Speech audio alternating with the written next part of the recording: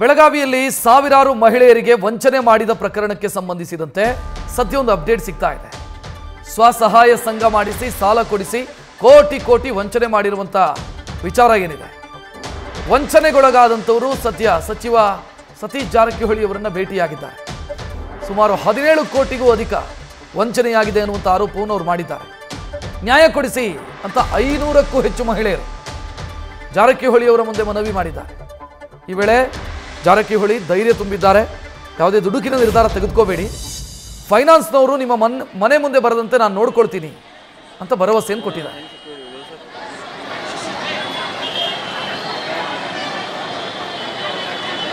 Photo ಹೊಡಿಯೋಣ ಒಂದು ಸಾವುಕಾರ full sir 2 ಸಲ ಮಾಡಲಿ ಹೇಳಿ.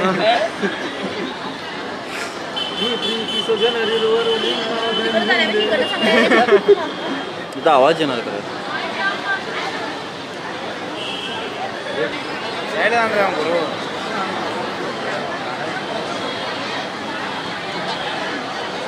ನೀವು ಬರ್ಬೇಕ್ರಿ ಸರ್. ನೀವು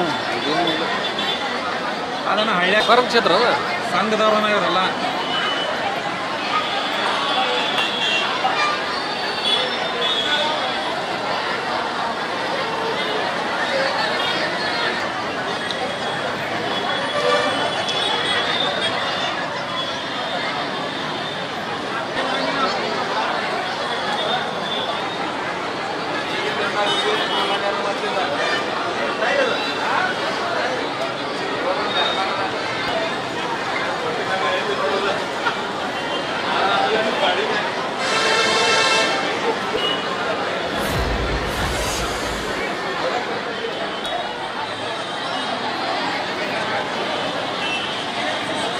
ನೋಡೋಣ ಹೆಂಗೆ ಸಿಕ್ಕೋರಿ ಸರ್.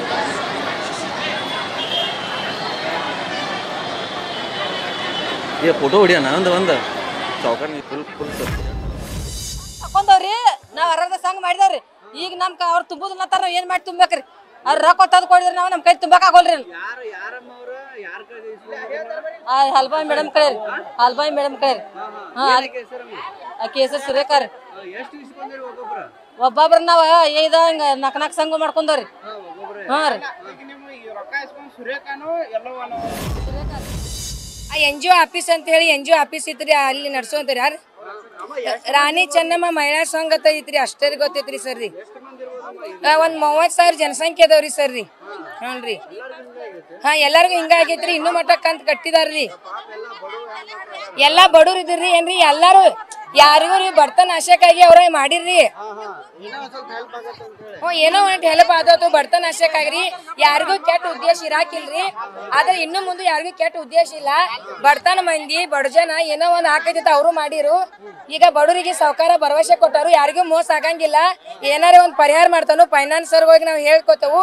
ಯಾರು ಜೀವಕ್ಕೆ ಏನು ಮಾಡ್ಕೋಬೇಡತ ಹೇಳಿದಾರ್ರಿ. ನೋಟಿಸ್ ಕೊಡ್ತಾನೆ, ದಯವಿಟ್ಟು ಯಾರು ಏನು ಬಡ ಮಂದಿರ ಏನ್ ಮಾಡ್ಕೋಬೇಡ್ರಿ. ನ್ಯೂಸ್ ಫಸ್ಟ್ ನಿರ್ಭೀತಿಯಿಂದ ನಿಮ್ಮ ಪರವಾಗಿ.